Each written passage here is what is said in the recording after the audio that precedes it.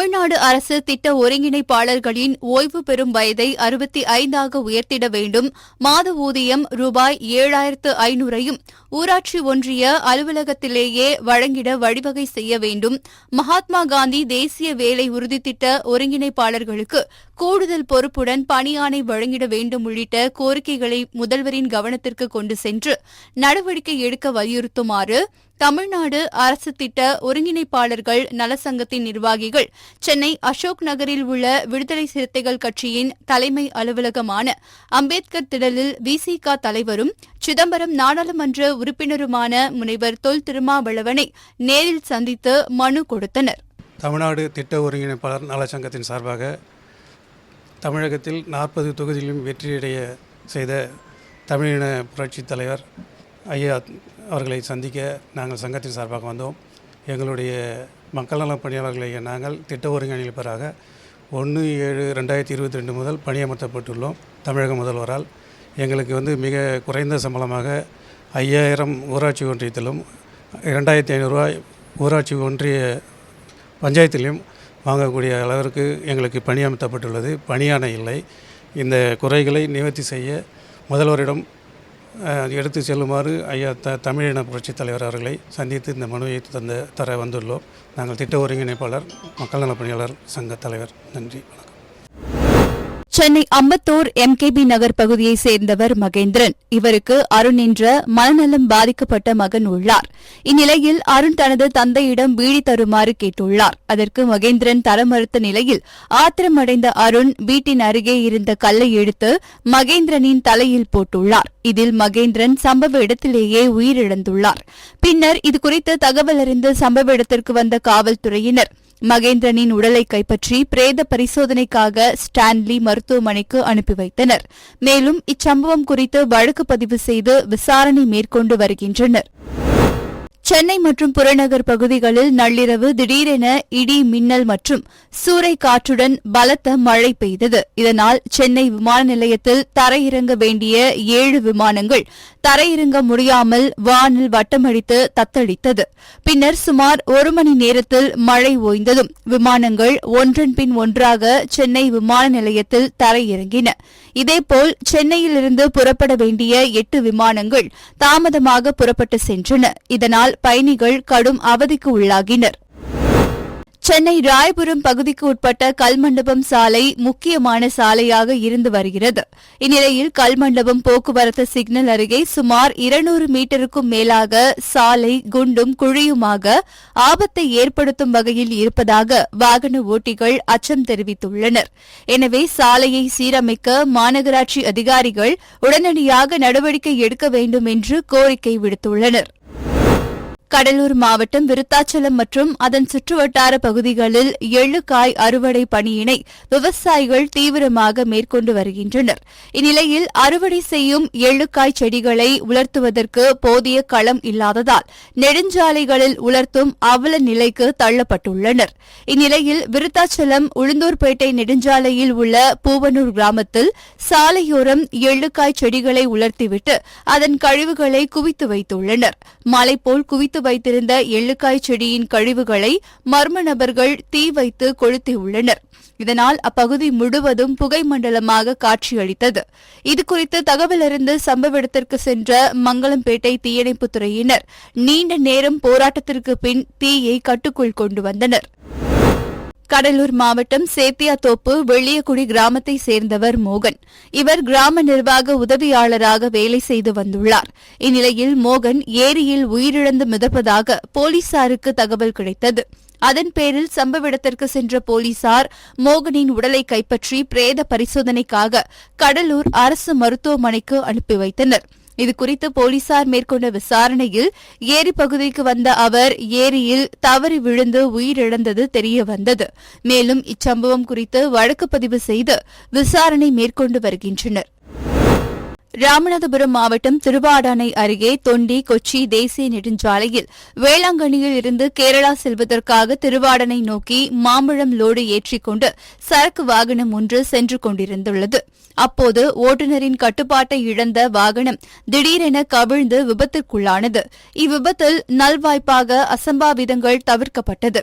இவ்விபத்து குறித்து தொண்டி போலீசார் வழக்கு பதிவு செய்து விசாரணை மேற்கொண்டு வருகின்றனர்.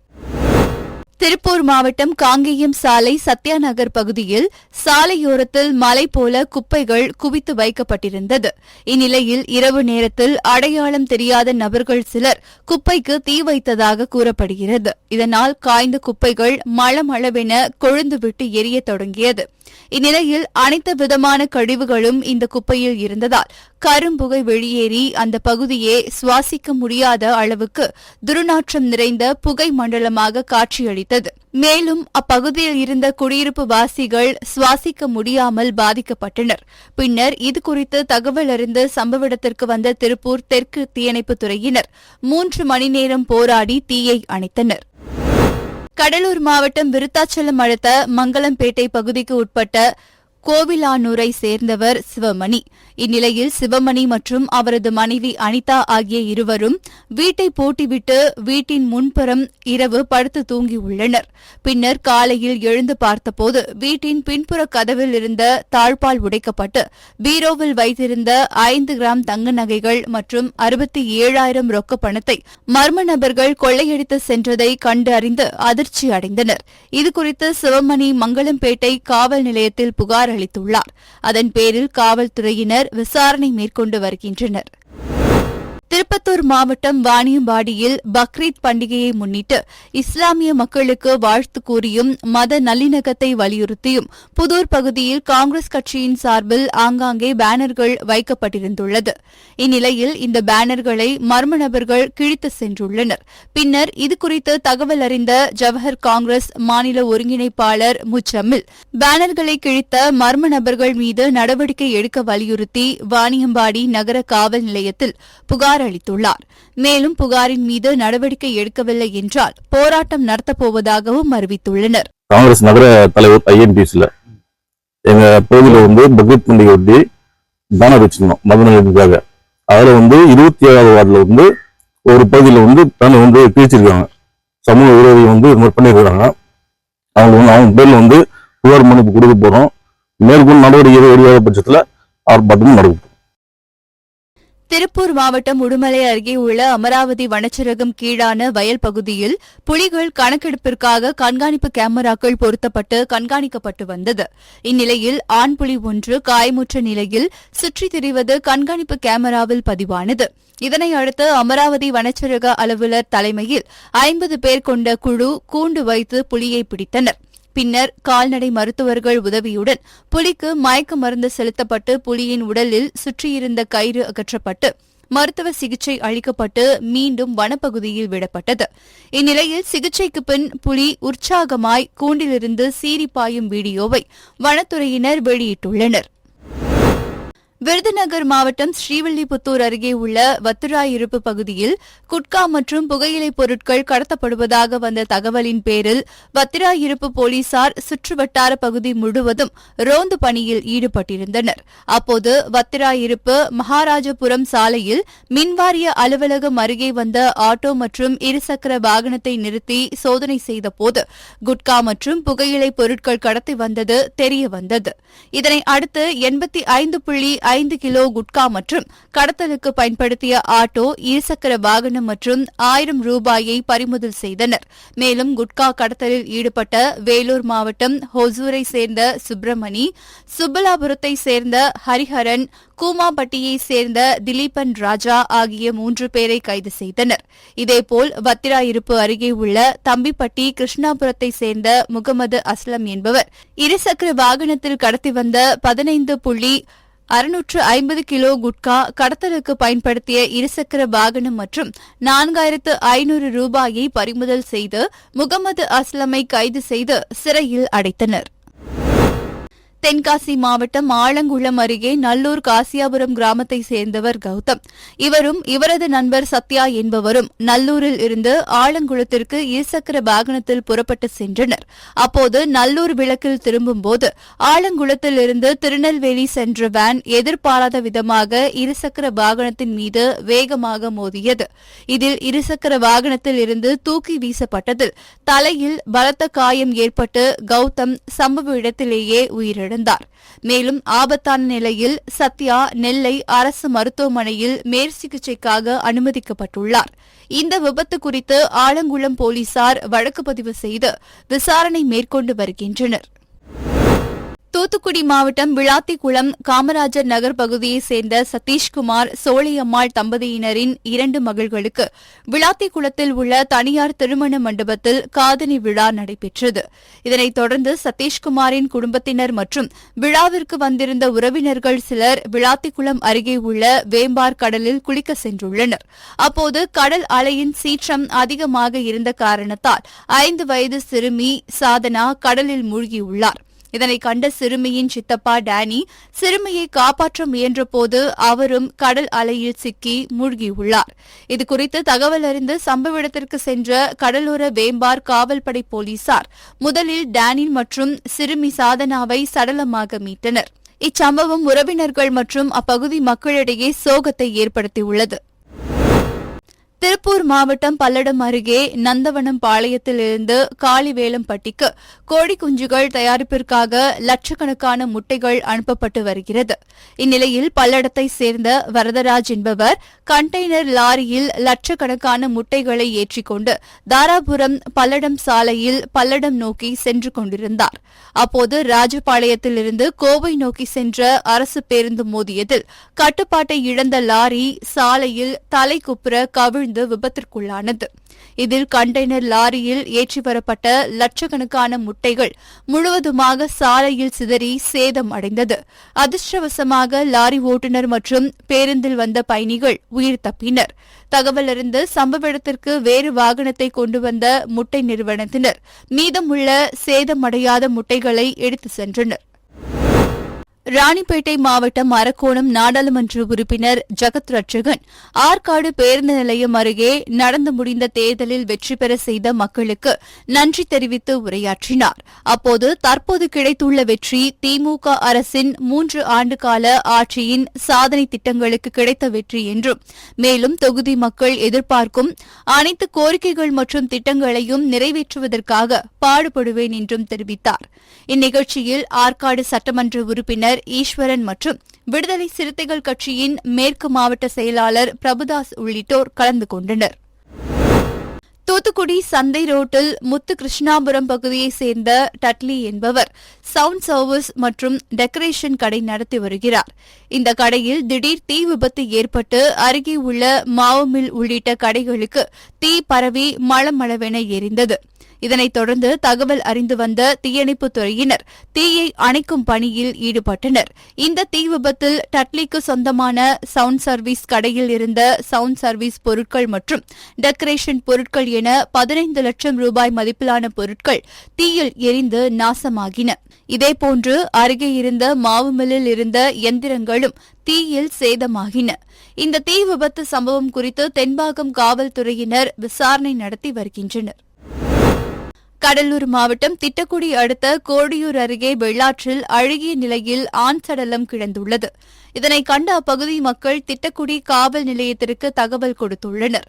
அதன் பெயரில் சம்பவ இடத்திற்கு வந்த போலீசார் இறந்து கிடந்தவரின் சடலத்தை கைப்பற்றி அவரது சட்டை பையில் இருந்த ஆதார் அட்டையை வைத்து விசாரணை மேற்கொண்டனர். அதில் இறந்தவர் காட்டுமன்னார் கோவில் இரட்டை தெரு பகுதியைச் சேர்ந்த பாலாஜி என்பது தெரியவந்தது. மேலும் இவர் தற்கொலை செய்து கொண்டாரா அல்லது கொலை செய்யப்பட்டாரா என பல்வேறு கோணங்களில் போலீசார் விசாரணை மேற்கொண்டு வருகின்றனர்.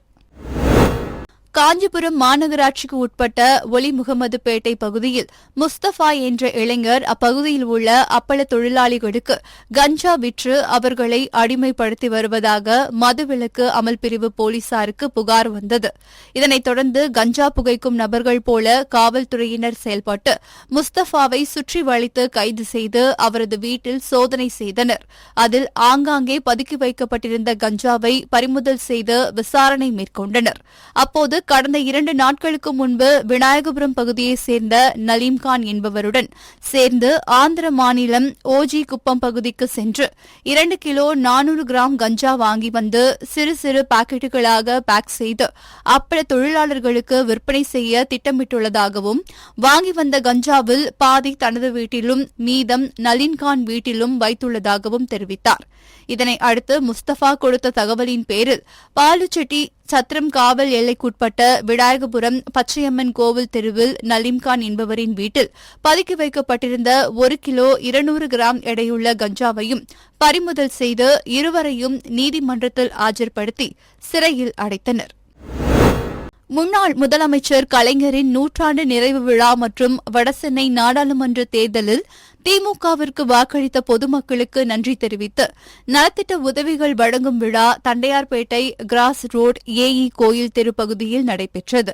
வட்டச் செயலாளர் கதிரேசன் தலைமையில் ஆர்கே நகர் சட்டமன்ற உறுப்பினர் ஜே எபனேசர், பகுதி செயலாளர் லட்சுமணன் முன்னிலையில் நடைபெற்ற இந்நிகழ்ச்சியில் கழக மருத்துவமனை செயலாளர் எழிலன் மற்றும் வடக்கு மாவட்ட பொருளாளர் சேகர் ஆகியோர் கலந்து கொண்டு 2 லட்சம் ரூபாய் மதிப்பிலான பீரோக்கள், தையல் எந்திரங்கள் மற்றும் 1000 பேருக்கு நலத்திட்ட உதவிகளை வழங்கினார்கள். கன்னியாகுமரி மாவட்டம் தோவாளை தாலுகாவிற்கு உட்பட்ட சகாயநகர் ஊராட்சி லாயம் பகுதியில் மறைந்த முன்னாள் பாரத பிரதமர் ராஜீவ்காந்தியின் சிலை உள்ளது. இந்நிலையில் இந்த சிலை கீழே விழுந்து சேதமடைந்து காணப்பட்டது. இதனை கண்ட பொதுமக்கள் மற்றும் காங்கிரஸ் கட்சியினர் போலீசாருக்கு தகவல் தெரிவித்தனர். பின்னர் சம்பவ இடத்திற்கு வந்த போலீசார் முன்னாள் பிரதமர் ராஜீவ்காந்தியின் சிலையை மர்ம நபர்கள் சேதப்படுத்தினார்களா அல்லது வாகனங்கள் ஏதாவது மோதிவிட்டு நிற்காமல் சென்றுவிட்டதா என அப்பகுதியில் விசாரணை மேற்கொண்டு வருகின்றனர். ராஜீவ்காந்தி சிலை சேதப்படுத்தப்பட்டதற்கு காங்கிரஸ் நிர்வாகிகள் கண்டனம் தெரிவித்துள்ளனர். திருச்சி மாவட்டம் துறையூர் அடுத்துள்ள ஆலத்துடையான்பட்டி கிராமத்தை சேர்ந்தவர் பிரபு.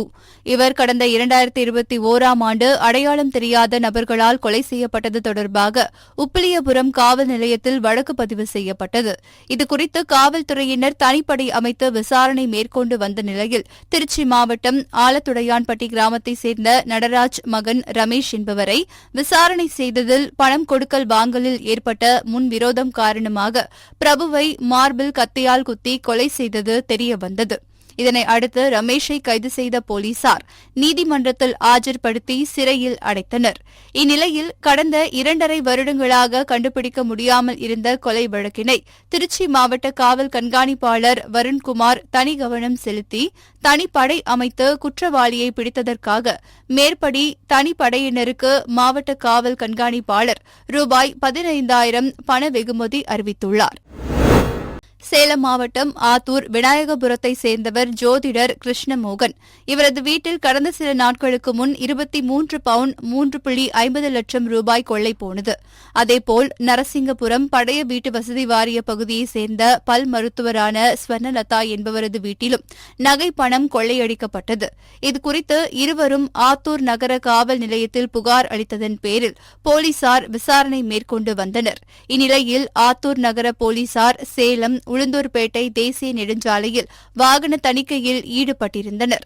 அப்போது அவ்வழியாக வந்த வாகனத்தை சோதனையிட்டனர். அப்போது அதில் 21 பவுன் தங்க நகை, 1/2 கிலோ வெள்ளி இருந்தது கண்டுபிடிக்கப்பட்டது. பின்னர் அவற்றை பறிமுதல் செய்த போலீசார் நகை திருட்டில் ஈடுபட்ட பெங்களூரு ராமச்சந்திராபுரத்தை சேர்ந்த மஞ்சுநாத், லோகேஷ் ஆகியோரை கைது செய்து விசாரணை மேற்கொண்டு வருகின்றனர்.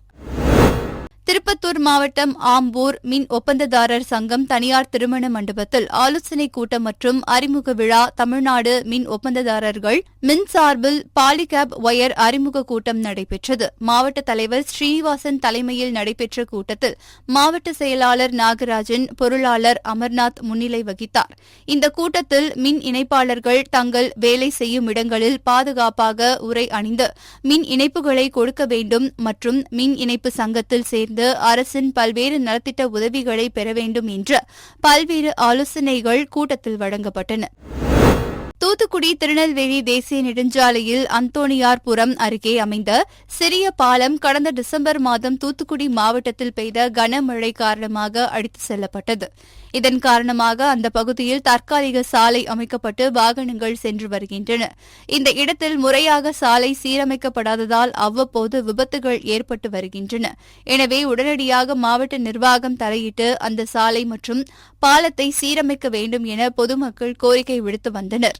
இந்நிலையில் காலை தூத்துக்குடி துறைமுகத்திலிருந்து நெல்லை மாவட்டம் கூடங்குளத்திற்கு காற்றாடி ஏற்றி சென்ற கனரக கண்டெய்னர் லாரி ஒன்று அந்த பாலத்தில் செல்ல முடியாமல் சிக்கிக் கொண்டது.